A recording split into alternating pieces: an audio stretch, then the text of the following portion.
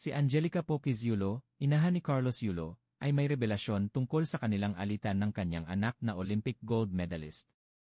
Ang dahilan daw ng kanilang away ay ang kasintahan ni Carlos na si Chloe San Jose. Ayon kay Angelica, nagsimula ang tensyon nila ni Carlos nang sinadyang ilayo ni Chloe si Carlos sa kanyang pamilya.